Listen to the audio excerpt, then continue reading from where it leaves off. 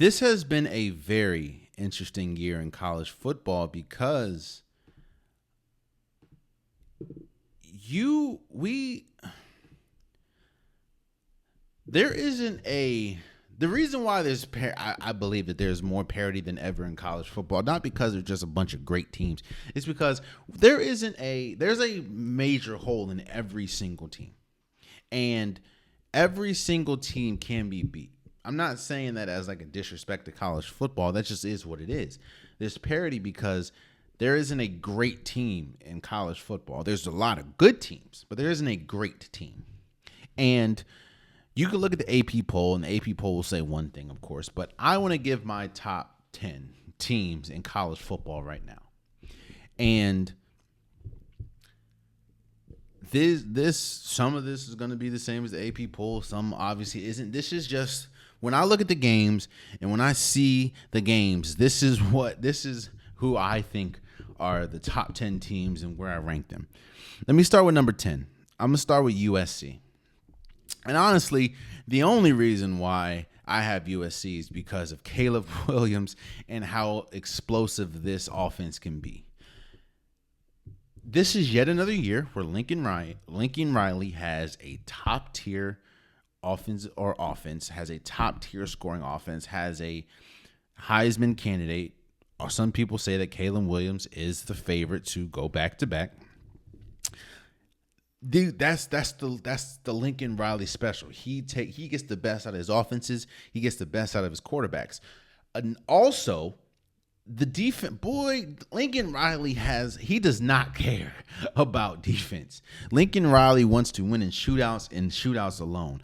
The biggest hindrance to this USC team is clearly their defense. When you can look at the game against you can look at the game against Arizona. They should never have been in a shootout with Arizona. They did ultimately beat Arizona. They did ultimately beat Colorado, but they were destroying Colorado, and Colorado came back and only lost by 7 points. And if it wasn't for an onside kick falling their way, USC could have possibly lost that game. What I'm just saying is, yes, you have Caleb Williams. Yes, you have an electric offense, but that offense is only going to get you so far. And as we saw last year against Utah, they can be beat. And their offense is the only reason why I have them at number 10. At number 9, a lot of people obviously are a lot higher on the Florida Seminoles than I am. But I have Florida, who is ranked number 4 in the world. I mean, in the AP poll, and ranked number 4. I have them at number 9. I've seen them at their best. At their best, they are damn near unstoppable. A Mike Norvell team. I saw them beat LSU. I saw them beat Clemson. They are a good team. The problem is, I'm still not sold on their offensive line, and I'm not sold on their defense at times, because I also saw them only beat Boston College by 2 points. Boston College by 2 points. I also saw them in a dogfight until they weren't with Virginia Tech. I saw them in a dogfight with Florida. I saw them in a dog. Like, what I'm saying is, not Florida, I'm sorry, LSU. What I'm saying is, at their best, Florida State can beat anybody. And that's what you can honestly say about all these teams. At their best, Florida State can beat anybody. But at their worst, and Jordan Travis has been good. Don't get me wrong, man. But again, it's hard to trust this offensive line. It's hard to trust this defense, because I've seen them in games that they should have lost. Like, they should have lost against Boston College. They ultimately didn't, but they should have. So I just not as sold yet with Florida State, which is why I have them at 9. One of the best kept secrets, or not best kept secrets, but one of the teams that aren't getting a lot of praise, and the team that I have at number 8 is Penn State. Look, Penn State is yeah. I'll say that Penn State wins smash mouth. They destroy people. I mean, they beat Iowa 31-0. They beat Northwestern 41-3. They beat Illinois 30-10. I want to see what they look like against a top tier talent, like against a top tier team. I know on Saturday they have UMass, but the game that I'm definitely looking at is October or the week after next when they play Ohio State. Penn State is really good. Don't get me wrong; they're second in the Big East or Big Ten East, but I have them at number 8 because I just need to see what they look like against a top tier talent. At number 7, I have the Texas Longhorns. Quinn Ewers is good, man. You can't be you. I mean, he beat Alabama. In Alabama, that win is looking more and more solid for the Texas Longhorns because of how Alabama looks, how Alabama has been playing since then. But they did just lose the Red River rivalry against Oklahoma, 34-30. But again, even in that game, they had like 3 turnovers. 2 of them were in the red zone. So they look really good, and they look like most of these teams on my top 10 can beat any team on any given Saturday. Any of these teams can find themselves in the college football playoffs. That's how good college football is. In Texas with Quentin Ewers and Steve Sarkisian has really changed this team. So, yeah, man, this team is good. I'm not going to take every game. Everybody plays better, and every game is heightened with a rivalry game, especially when you have a team like Oklahoma. But Texas is good, so I have Texas at 7. At number 6, I have Oklahoma. I will say this: the questions. One of the biggest issues that we saw last year from Oklahoma, and why a lot of people questioned how good Oklahoma can be, is because when Brent Venables came, we expected their defense to just click, and we expected their defense to be electric. Especially when Brent Venables, who was the defensive coordinator for Clemson, that's what we expected out of an Oklahoma team. They were god awful on defense last year. They were not good. Their offense was okay, but their offense was not good enough to overcome how bad they were defensively. So when you're looking at a Brent Venables team, it's like, wait a second, dog. Like, come on. Now things are starting to match. There's not that much a gap between the offense and the defense. When you have Dylan Gabriel, who isn't the most electrifying quarterback, but when Dylan Gabriel is up to bat, he has been great, man. Again, they just beat Texas in the Red River rivalry. They beat Iowa State. They beat Cincinnati. They have some good wins so far. The best one, obviously, is Texas, and I guess the remaining hardest game is probably Kansas until they might meet Texas again. I don't know. But the reason why I have them at number 6 is because the defense and the offense is starting to match, which is what we did not see last year. So I have Oklahoma at number 6. At number 5, calm down. At number 5, I have the Georgia Bulldogs. I know everyone has them at number 1. But I have them at number 5. And I have the number 5 for this reason alone. When you look at this Georgia Bulldogs team, they have one impressive win. And that is against Kentucky last Saturday, where they beat them 51-13. They've been in dogfights with South Carolina. They've been in dogfights with Auburn. They even, for a short amount of time, or actually damn near half the game, they were in a dogfight with UAB. This Georgia Bulldogs team saw a lot of its players that helped win a national championship last year. Saw a lot of them go to the NFL or graduate.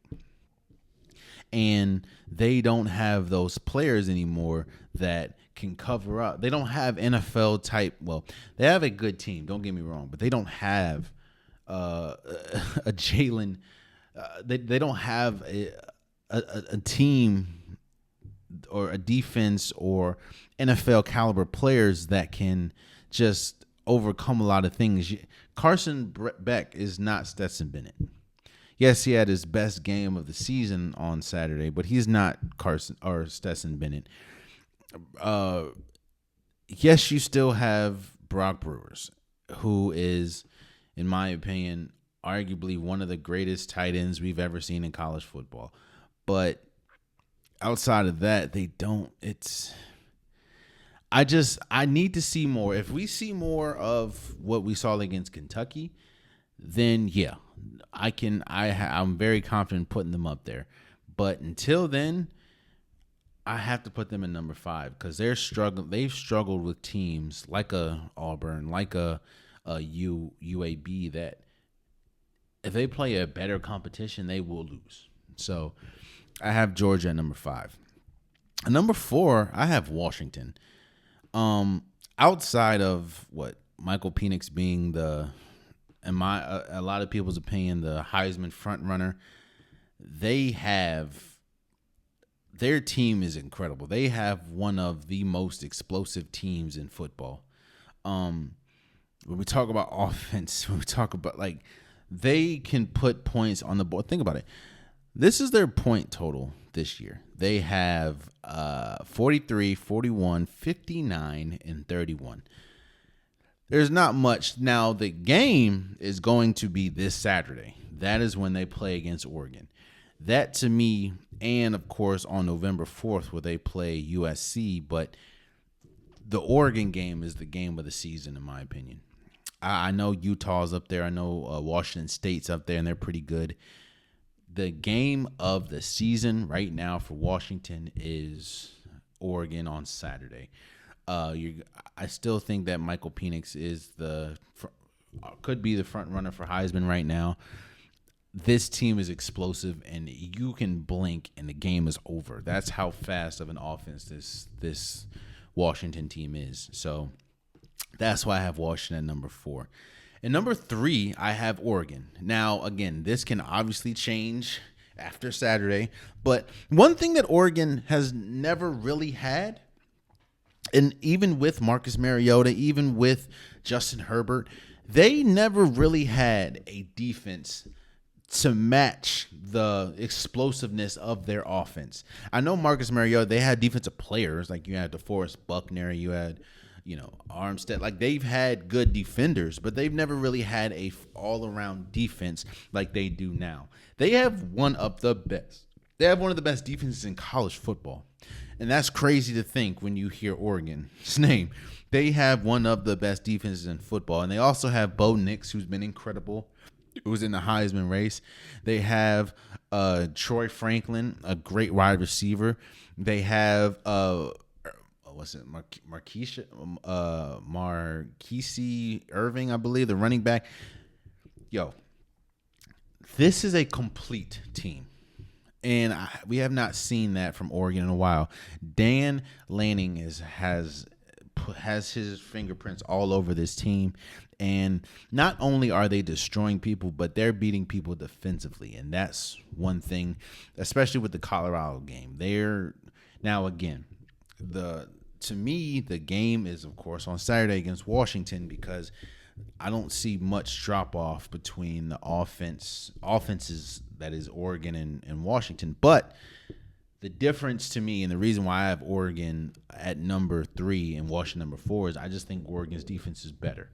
And we'll definitely see on Saturday. So I have Oregon at number 3. At number 2, I have Ohio State. And, boy, Ryan Day got this team going. You have the best wide receiver and arguably the best athlete in college football in Marvin Harrison Jr. I did want to see what Kyle McCord looked like, and he's looked great. They have arguably the best offensive line in football. this team is good. Now, again, the thing that's holding them back is their quarterback, but their quarterback, McCord, he makes good plays. And again, when you have the best wide receiver in football, it makes a lot. I mean, did you see some of the catches he made against Maryland on Saturday? It's been incredible. And my number one team is Michigan. I think that they have the all around best team in college football. I don't think AJ McCarthy is the best quarterback at all, but I do think that he's been really good, and Blake Corn has been really good, and Donovan Edwards has been really good, and Cornelius Johnson has been good. Like this, there's not much holes in this team. They can beat you defensively. They can beat you running the ball. They can beat you passing. To me, at least right now, Michigan has the best team in football. I am very interested to see what they look like November 11th when they play Penn State. And then, of course, the game November 25th when they play Ohio State. But right now, after what I've seen in college football, it's hard for me to pick a team over